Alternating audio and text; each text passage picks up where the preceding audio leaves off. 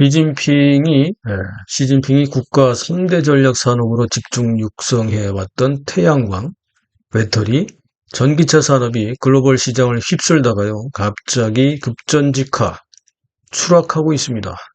시진핑의 이 3대 전략 산업, 이 글로벌 시장 선점을 목표로 압도적인 물량을 최저가로 공략하던 이 시진핑식의 저가 공세 밀어내기가 그 끝을 보이고 있습니다.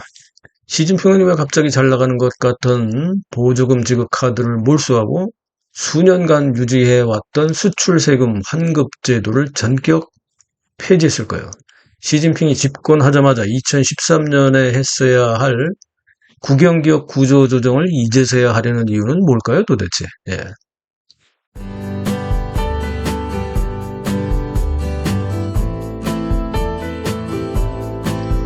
안녕하세요. 믿고 보고 믿고 찾는 채널 김상순 TV. 차이나 리포트입니다. 시진핑의 이번 조치는 단순한 세제 개편 정도가 아니라 정부의 지원 없이 생존이 불가능한 한계 기업을 이제서야 솎아내고 산업 전체를 단순한 생산 중심에서 기술 중심의 질적 성장으로 변모시키려는 일종의 강제 구조 조정을 뒤늦게 시진핑이 이제서야 깨닫고 허둥지둥 또 전격적인 정책 전환을 하고 있는 것입니다. 이미 이거 오래전부터 제가 지적을 했습니다. 특히 작년부터 집중적으로 제가 지적해왔던 문제들이 결국 종착점을 맞이하고 있는 것인데요. 정부 보조금에 의지해서 과잉 투자, 과잉 생산, 저가 밀어내기는 결국 뭘로 이어집니까? 당연하죠. 수익성이 악화되죠. 서방국들의 글로벌 무역 장벽에 결국은 막혀버렸습니다. 이렇게 치명적인 자업자득의 올가미에 스스로 걸릴 것이라고 누차 제가 예고를 했었습니다만 소위 중국 통일하던 사람들은 또 그때마다 무슨 소리냐며 중국의 경제가 올해도 목표대로 4.5에서 5% 성장을 이룰 것이고 오히려 수출 증가로 올해 5%를 넘길 것이라고까지 하면서 저를 비난하기도 했었는데요. 지금 이들의 표정이 어떨지 정말 궁금해집니다. 뭐라고 또 중공의 이중대가 되어서 변명을 할지 궁금하지 않습니까?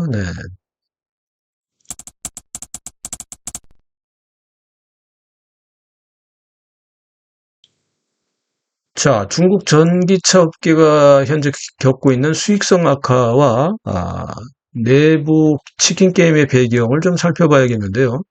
이게 그동안 무분별한 업체 난립이었죠. 그리고 과잉 설비, 과잉 투자가 됐었고 이것은 지방정부가 정부 수장들의 욕심으로 중앙으로 진출하기 위한 자신의 그 발판으로 삼기 위해서 지방정부와 육성을 막 하다 보니까 이 폭발적으로 곳곳에서 전기차들이 뭐 난리가 났습니다. 그래서 전기차 제조사들이 국내외 시장의 수용의 한계를 초과하는 이런 뭐 그냥 마구 찍어냈죠. 이 수요가 필요 없이 그냥 공급 위주로 대대적인 가동률을 확장했습니다. 한마디로 과잉 투자, 과잉 생산이었죠. 이런 기본적인 그 생존 게임, 내수 저가 치킨 게임은 오래가지 못하죠. 게다가 적자가 나면서까지도 내수 점유율 사수를 위해서 마진율을 완전히 무시한 채 극단적인 차량 할인, 출혈 경쟁을 중국 내에서도 중국 밖에서도 이렇게 하다 보니까 기업들의 영업수익성이 극도로 피폐해지고 결국 붕괴되는 결과를 초래했습니다. 치킨 게임이 다 그런 거죠.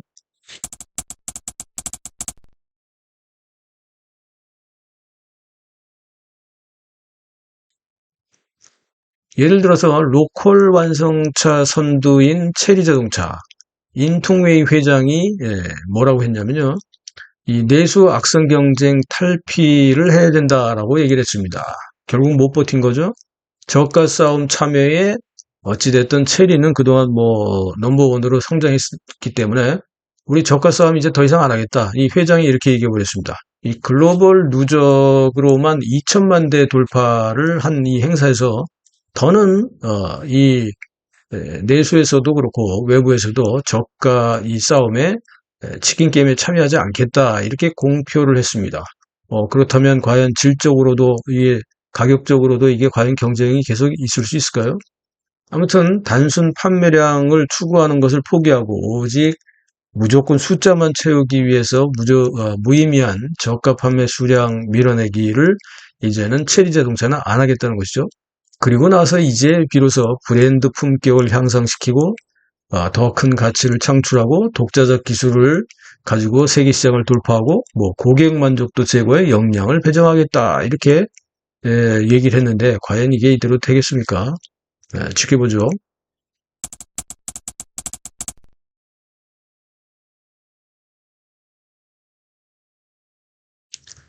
체리 자동차가 내수저가 치킨 게임을 승산 없는 게임이라고 규정할 정도로 나머지 기업들은 뭐 정말 형편이 없는 상태이고 지금 뭐 위기에 봉착돼 있죠. 체리 자동차가 치킨 게임에서 탈출한 직접적인 계기는 중국 내 판매량이 15만 대나 폭락을 했습니다. 상반기 전체 차량 판매량은 작년 대비 수출은 71.5%를 급증을 하는 바람에 전체로 보면 1.2%가 증가한 127만 5천 대까지 판매가 됐지만 그러나 중국 내 내수 시장 판매량은 무려 15만 대나 대폭 감소하는 부진을 겪고 있기 때문입니다. 이 체리 자동차가 이 정도면 다른 데는 할 말이 없죠. 이렇기 때문에 중국 시장의 내수 시장에서 한계를 초월하는 단가 이하로 생존을 이어가는 방식으로는 로컬 제조사들이 공멸할 수밖에 없음을 체리 자동차가 선두주자임에도 불구하고 먼저 인정을 하고 고부가가치 프리미엄 수출 중심의 브랜드로 급선회 하겠다는 것인데요. 과연 어떤 결과가 나올지 궁금해집니다.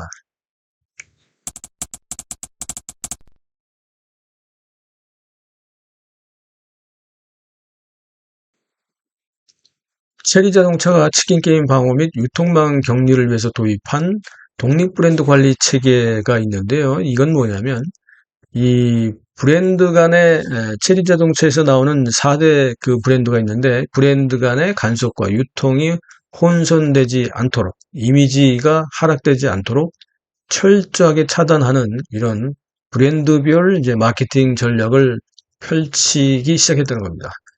네 개가 뭐냐면 오모다, 제쿠, 레파스, 체리 이렇게 이 브랜드가 있는데 각각 전용 독립 소매점으로 분리해 운영하겠다고 했습니다. 특히 이제 레파스를 차세대 전동화 전용 프리미엄 라인으로 삼고 이 절대 안전, 공간 평등, 기술 평등 등을 기치로 내세워서 저가 이미지와 이제는 더 이상 빠이빠이 작별을 고했습니다.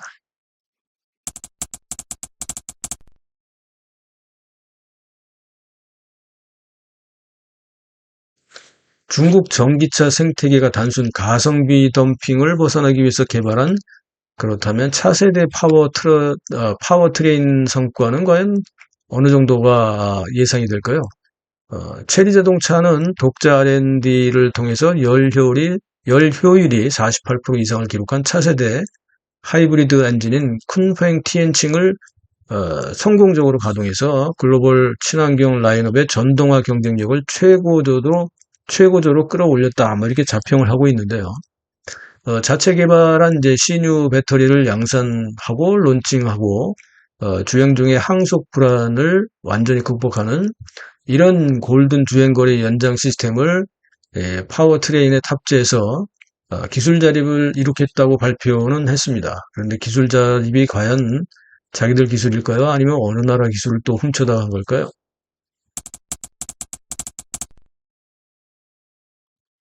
자, 지금 중국의 전기자동차가 뭐 전 세계를 휩쓸고 있다가 몇 년 동안 갑자기 지금 이제 눈앞에서 사라지게 생겼습니다. 예. 물론 이제 사라지는 중소형 브랜드들이 이제 많을 것이고, 몇몇 이제 대표적인 기업들은 그래도 어쨌든 살아남겠죠. 자, 그렇지만 중국 전기차가 저가로 밀어붙이던 시대는 이제 끝났다고 볼 수 있습니다. 영상 어떻게 보셨습니까? 제가 2012년부터 시진핑을 지금까지 연구하면서 분석한 결과 시진핑의 실수는요, 항상 뭔가에 꽂히면 이걸 또 전격적으로 실행한다는 겁니다, 이게. 이 검토를 안 하죠. 이번에는 또 얼마나 중국을 망가뜨릴까요? 이 시진핑이 3대 전략산업으로 미뤘던 그 저가 밀어내기 전략을 포기하고 이제는 국가 보조금을 중단시켰는데 태양광, 전기차의 몰락에 이어서 다음 시간에는 세 번째 핵심 전략 산업인 배터리 산업의 몰락에 대해서도 전하겠습니다. 최근 다시 자동 구독 취소와 알림 취소가 발생하고 있다고 하는데 구독 동지님들께서는 구독이 취소됐는지 알림이 취소됐는지 확인해 주시고 김상순 TV와 함께 OKTV도 같이 구독 부탁드립니다. 믿고 보고 믿고 찾는 김상순 TV의 차이나 리포트 팩트체크 시리즈 계속 주목해 주시고요. 편집 후원에 참여해 주시는 모든 분들께 깊이 감사드립니다. 시청해 주셔서 감사합니다.